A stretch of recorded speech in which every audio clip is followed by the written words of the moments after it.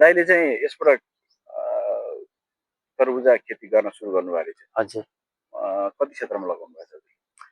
मैले लगभग 15-16 कट्ठा पहिलो फर्स्ट चाहन्छु सर हैन। अब उहाँको हाम्रो यो फट्टे सिंह गुरु भाइ हुनुहुन्छ, उहाँको चाहिँ अब उहाँले अब दुई भाइले मिलेर लगाम भन्ने कुरो भयो। अब उहाँको चाहिँ त अब बढी लगानी छ, मेरो चाहिँ कमै छ। अझैसम्म लगाइरहेको छु सर, अब कतिसम्म भेट्छ सर। हजुरले पहिला के काम गर्नु?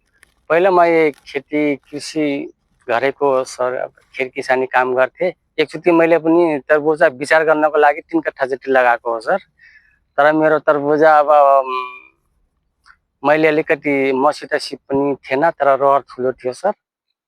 तर मैले अब जे जस्तो भएर पनि अब लगाएपछि मलाई सिप नभएपछि केही मर्दै पनि गयो, के फल्यो सर। तर अब गाउँमा मैले गाउँको बिचमा लगाएको राम्रो थियो, बोट बिरुवा राम्रो थियो सर। अब बच्चाहरूले भयो, ठुलो मान्छेहरू भए चोरेर खाइदिने सर। अब मैले सुतेको बेलामा अब बिचमा परेपछि अब केटाहरू आएर खाइदिन्थ्यो सर। अब त्यो थाहा भएन, फालेको त्यहाँ गाउँको मान्छेले यति ठाउँमा अब बच्चाहरू लगेर त्यो अब उनलाई केठा राति पाकेको नपाकेको केठा लगेर यति थुप्राइदिन्थ्यो। त्यहाँ लगभग 1 किलोमिटर आधा किलोमिटर टाढा लगेर बाटोमा खाँदै फाल्दै गर्थे सर। अनि बिहान हुने बेला तपाईँको तरबुजा त अब केटाले सकायो भनेर भने, मैले भने के भयो मैले थाहा पाएन। अब कतिखेर आउँछन्, म एक्लै बस्छु, थाहा भएन। त्यतिखेर मलाई घाटा लाग्थ्यो सर। यसपटक हजुरले कति लगानी गर्नु? कति पैसाको लगानी के छ? पैसाको लगानी त मैले अब हजुरले अब के भनौँ र, अब नढाँटौँ भनौँ, निर्धन बैङ्कबाट मैले 1 लाख रुपियाँ निकालेको सर। ए है? हजुर। ऋणै ल्याउनु भएको छ? हजुर। त्यो 1 लाखले के गर्नुभयो? 1 लाखको मैले बिजन ल्याएँ, अनि त्यसपछि यो औजारहरू किनी, फरुवाहरू भयो, बेल्चाहरू भयो।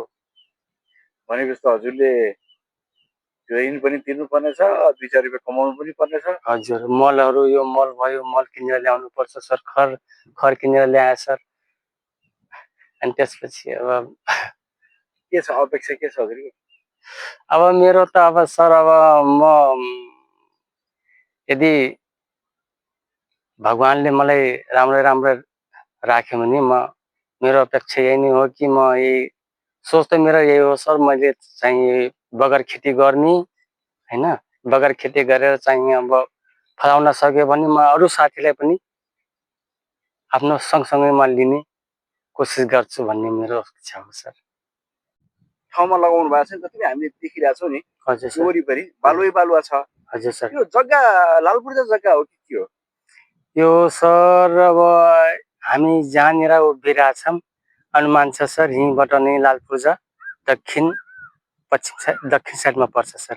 यता दक्षिणतिर यसरी गएको छ सर। यतातिर अब भनौँ अब जङ्गलाटै नै भनौँ। अब यता उत्तर साइडमा, उत्तर पश्चिम साइडमा, उत्तर र पश्चिममा।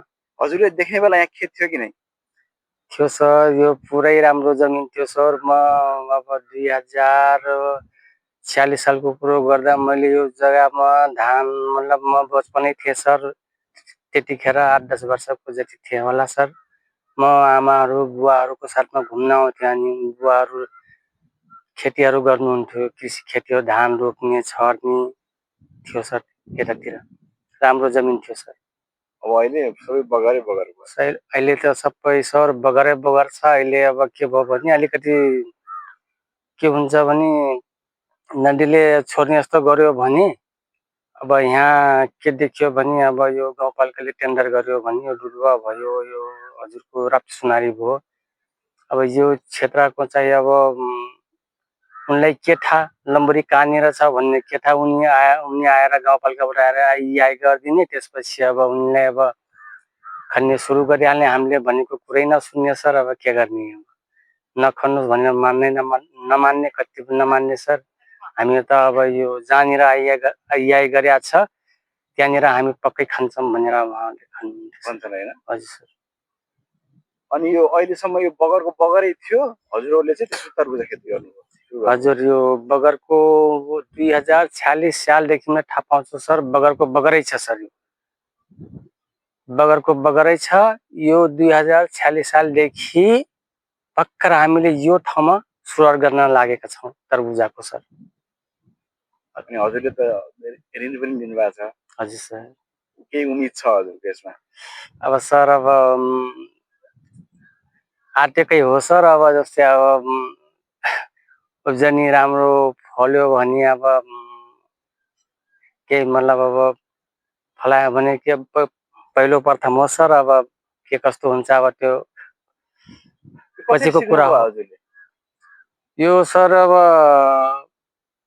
उहाँ चाहिँ फट्टे सिङ यो इन्डियाको डिसहरू छन् नि सर। हजुर। यता यो राप्ती पुलदेखि तलतिर पुरै छेपछापी छन् इन्डियाको। उहाँहरू चाहिँ अब उहाँहरूसँग सँगै बस्नुहुन्थ्यो सर। उहाँको अब सिक्नको लागि त मान्छेले धेरै प्रगति धेरै गर्छ नि। धेरै अब कसरी रोपिरहेको छ उनीसँग सङ्गत गर्नु पर्यो सर। कसरी रोपिरहेको छ, कसरी रोप्थ्यौँ भन्ने अब उहाँले चाहिँ उहाँलाई सिकाउनु भयो। अनि त्यही तरिकाले अब मलाई पनि थाहा थिएन सर। अब उहाँ फट्टे सिंहले भन्नुभयो कि दुई भाइ मिलेर यहाँ गरौँ। अब जुन तरिका हजुरले थाहा छैन भने मैले भन्ने हो भनेर उहाँले चाहिँ सिकाउनु भयो। हामीले त्यही तरिकाले गरिरहेको छौँ सर।